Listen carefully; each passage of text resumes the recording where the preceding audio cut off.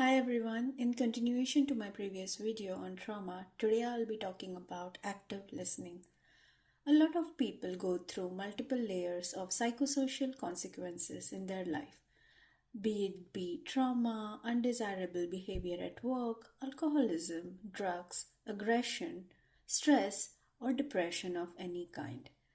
Now, to deal with this, everyone needs a support system, be it family, friends, colleagues, or any other professional like a doctor or a therapist. Let us discuss some of the conversational techniques that you as a listener could adapt to help the person suffering with the problem. And always remember, it is not about you, but the person talking to you or trying to talk to you about their problems. Be authentic. Authenticity is important. Having an unbiased opinion is necessary. Be genuinely involved. Show interest. Always take the problem seriously. Do not judge. And there is no truth, just facts. Do not proceed to seek solutions immediately. Don't make empty promises. Guarantee confidentiality is very important. Do not act without the person's consent or discussing anything with them. Always remember, you as a listener have a very important role in shaping the conversation ahead. Active listening is more than just applying conversational techniques alone. Let us discuss the next 5 tips that you can use as a listener in your conversation. The first one being a non-verbal listening posture, meaning the way you sit in front of the person who you are talking to. Do not directly face the person head on. It could be intimidating, of course, it always depends upon your situation, the discussion you are having, your comfort level with the person you are talking to, and so on. I read it in a book somewhere that whenever you are having some sort of a difficult discussion about how the person is feeling, if they are vulnerable, and so on, always try to sit at a 90-degree angle, so sideways and not directly facing them. And also nod. No, so that they know that you're listening and don't be just sitting there like a robot. Listening doesn't mean you cannot speak. So make sure you're nodding, or if you're in a remote video calls like FaceTiming with someone, make sure you have some nonverbal postures ongoing. Your body language should show that okay, you are listening to them so they feel comfortable. It also helps to build connection with the person. Number 2 is observing the body language and, of course, adapting in case they seem tense, which means if someone is crying in front of you, make sure that you have something like a tissue paper you can give them. Of course, that's not always feasible. You can always try to pat them on the shoulder if that's allowed, or that's the kind of relationship you have with the person you're talking to. Offer them some water if feasible. Number 3, ask them open questions. Since when is it happening to them?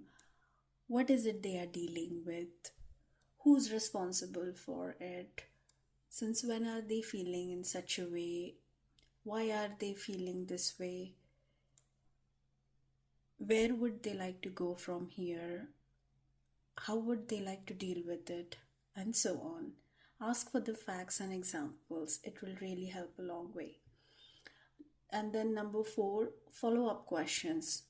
Sometimes the information you as a listener receive is just the tip of the iceberg based on the facts, visible behavior, and so on.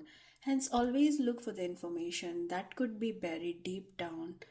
So this could help the person effectively. A lot of us many times are struggling with values, standards, self-image, personality, motivations, feelings, thoughts, etc. Why are they feeling a certain way? What caused it? Ask them that.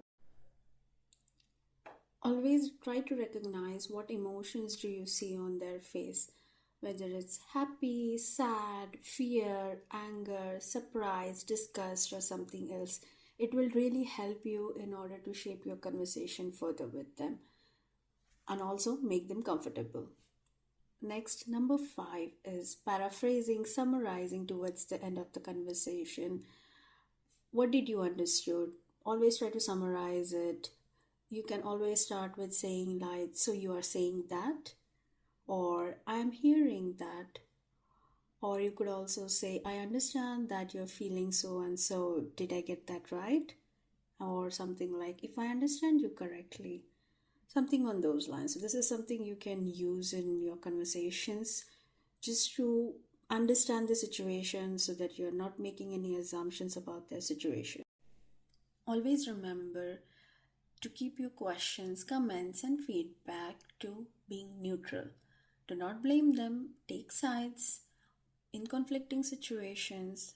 Do not go for anything intrusive in your comments or questions or feedback to them. Just remember, listening is often the only thing needed to support someone. Expectation of a person with a problem is mostly sometimes just a need to talk, expressing themselves and being heard, a need to vent their emotions, expressing their anger, powerlessness, sadness, loss of control, or a craving for contact, recognition, and understanding. Or it also could be a need to control the situation. So, in all these scenarios, just remember support and understanding are key. The emotional release makes up 50% of their need. As a listener, always address both facts and emotions. Example: what happened? How did it make you feel? What do you want to do now? What measures are needed to achieve your goal? As an active listener, you can help someone to help themselves. So, these were some of the techniques I apply in my day to day life, both professionally and personally.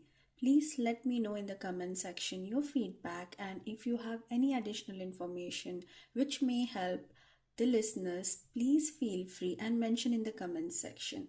That's all for today. Thank you everyone for listening. Please like, comment, share, and subscribe to my channel. Bye.